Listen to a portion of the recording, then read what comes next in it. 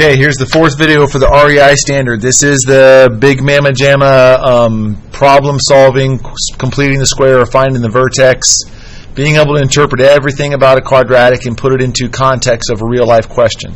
You can read this question like here. This actually, just like the last question on the final first semester. Interesting. Okay, so we're going to have to answer these questions about these two cost equations. When you look at these, you guys should recognize that they're both quadratic, but the thing you should see is the negative sign in front. Okay, when we're going to find the vertex to find the max profit, you cannot have the leading coefficient be anything other than positive 1. So the first thing you would do with both these equations is factor out the GCF. The GCF from this equation is just going to be negative 1. So x squared minus 12x plus 11. Does this factor? I don't know. Does it? In fact, yes, it does very easily. So you've got negative 1, and this becomes x minus 11 and x minus 1. You could draw a little sketch of this. That's to find the roots. I said I was going to complete the square to find the vertex. We'll do that in just a second. But the roots for this one are at x equals 11 and comma 1. Let's complete the square right here. We've got the negative 1 out front. Half of that is negative 6 squared. Let's leave the plus 11 there. No, it's going to be minus 11. So 36, check this out. When I square 6 squared, that's 36. Am I adding 36 to the right-hand side? No, you're multiplying that times negative 1, so it's actually minus 36. You got to remember that whatever you square right here, you have to multiply times a, and that's what goes on the right-hand side as well. Okay?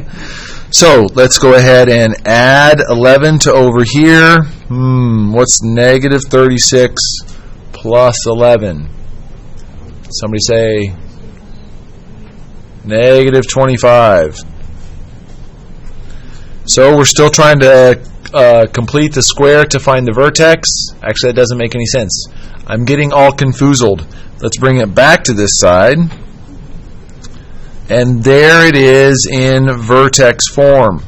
H and K, the vertex is at 6 and 25. The negative 1 just means the parabola points down.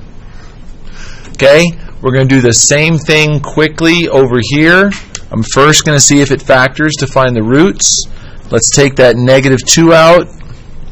So it becomes minus 14x plus 36.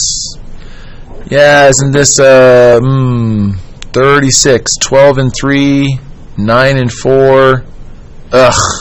This one doesn't factor very well, so that's not going to help us. But we can complete the square from right here. If I change this back to negative 2, x squared minus 14x, and leave it minus 72.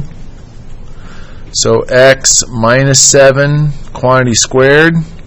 Am I adding 49 to both sides? No, you're adding 49 times negative 2, which is negative 98. So again, we need to find the vertex. What's negative 72 plus 98? I don't even know. I can't do that in my head. So it's plus 26. So there it is in vertex form. The vertex is 7, 26. So it looks like this is going to be just one video. What are the questions we're trying to ask? Which product has more profit, and what is that profit? Look at the vertices, 25 or 26. Which product has more profit? Yeah, it's a 26. B has more profit. And the unfortunate part of this is you would have to do quadratic formula on this right here to find out where the roots are, because it looks like this product made profit for 10 years, and you have to find the difference for the quadratic formula to find where the roots are for this one to see how long they've made a profit as well. Okay, that's the end of that video.